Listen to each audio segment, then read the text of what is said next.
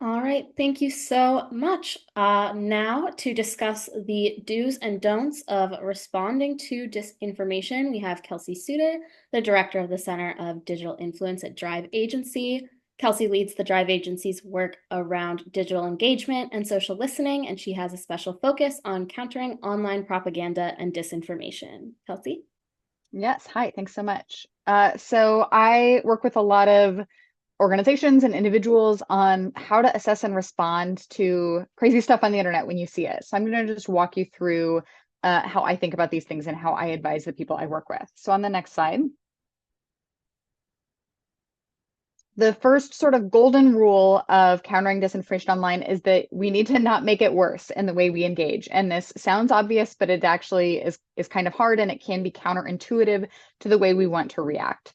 So, I think a couple of people have also sort of stressed this, but the way you interact with social media content in particular is going to determine how far something spreads and whether your own networks are going to be exposed to something.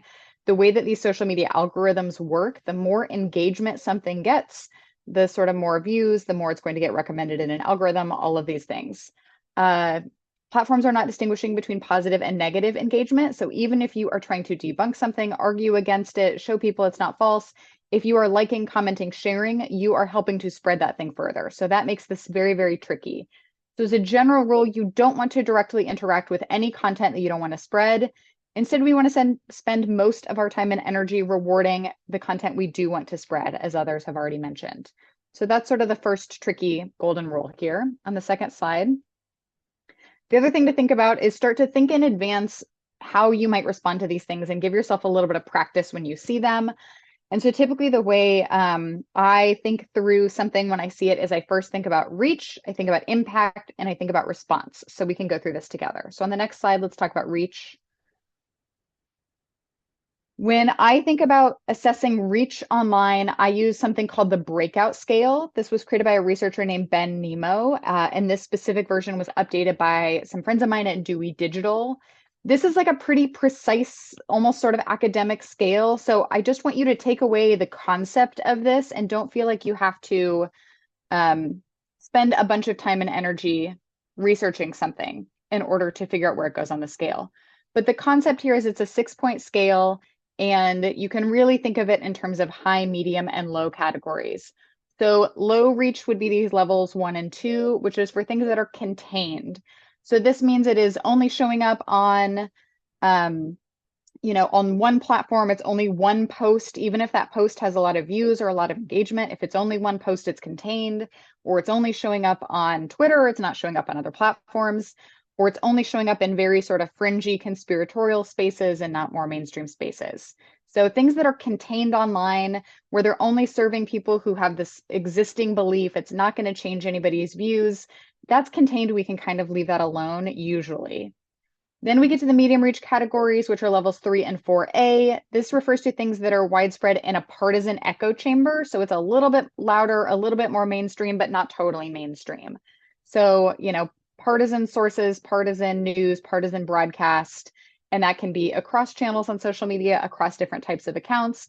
But basically, people who live in these echo chambers are going to be seeing and hearing something.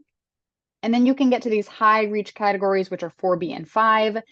4B is for when traditional mainstream media is sort of fueling the spread of something, either because they are covering it generally, even if they're trying to debunk it. Maybe they're talking about it as sort of false or sensationalized, but if mainstream media is giving it attention, that is going to also give it fuel. So we put it in 4B. Level 5 means it's kind of left the realm of news and politics altogether. It's become basically water cooler conversation, celebrities, everybody's talking about it. And so you can think through a version of that when you are trying to figure out whether something is worth responding. Is this contained? Is it in an echo chamber, or is this really big and loud and it's reaching a bunch of people who are not already bought into a way of thinking? So on the next slide, that's your first step. Your second step is you have to think about impact, which is how much does this matter? Is this going to change the offline situation in any way? So for that, we think about severity, timing, audiences. Severity meaning how bad is this? And that is totally subjective, but it's a subjective decision you have to make. Timing meaning how immediate is this? If we're talking about election disinformation 2 days before an election, that's really urgent and we need to, that could potentially have a serious impact. And then audiences, you want to think about whether something is reaching specific target audiences in ways that could cause harm. So in this sense, something could be low breakout, but also high impact. So if something is, a message is targeted to show up for maybe a Spanish speaking community in a key state, that's not going to be really high on the breakout scale, but it could be really, really impactful and important to take action to counter it. So that's why that impact piece is really important. So you think about reach, you think about impact. And then on the next slide, you start to think about your menu of response options. I'm going to go through these kind of quickly, but just to say, oftentimes our brains go first to a direct response, which is I need to tell people the thing they are hearing is wrong, it's incorrect. I need to correct the record and give them factual information. That can be really good. Sometimes we have to do that.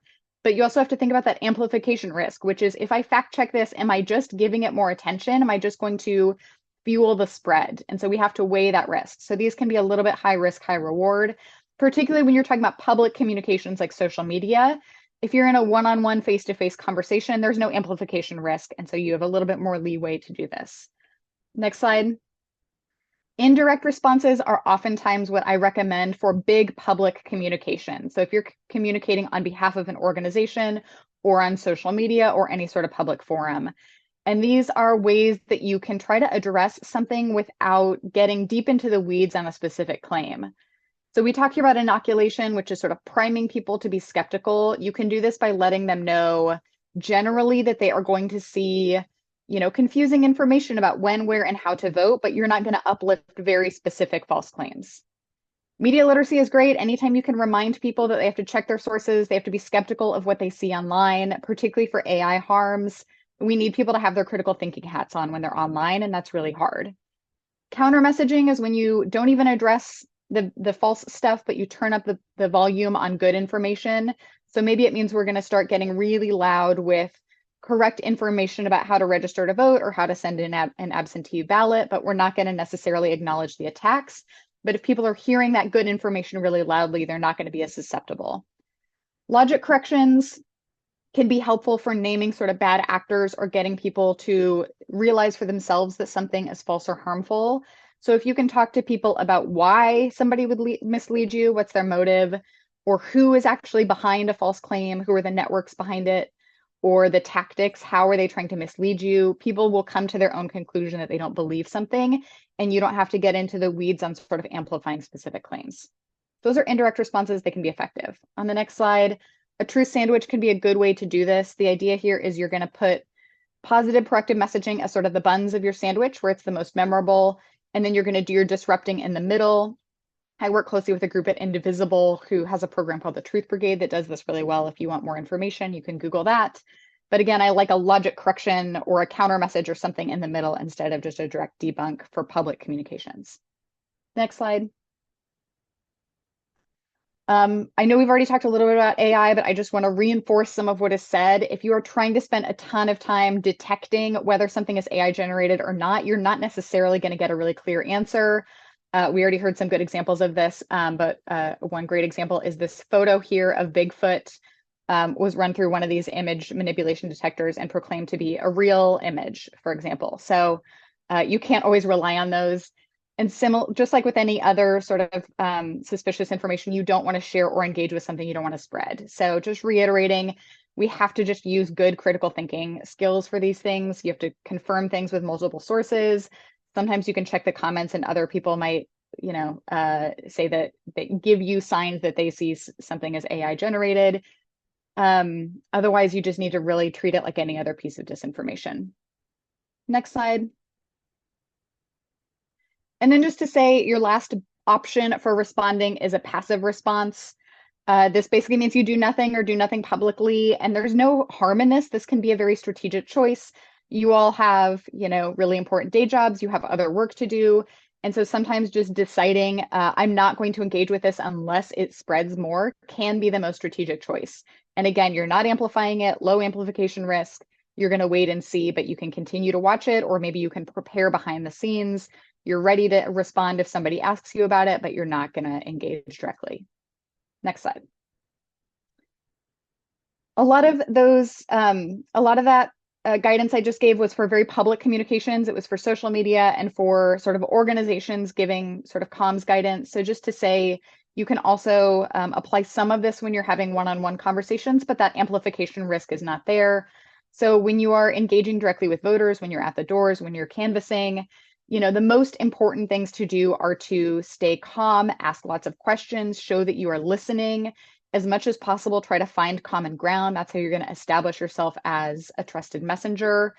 Again, I like both factual corrections and logic corrections. You're not always going to just get people to come to a conclusion that something is false if you're just sort of bombarding them with information and data. Sometimes you have to get them to think critically and ask questions about who's behind this. Why would somebody say that to you?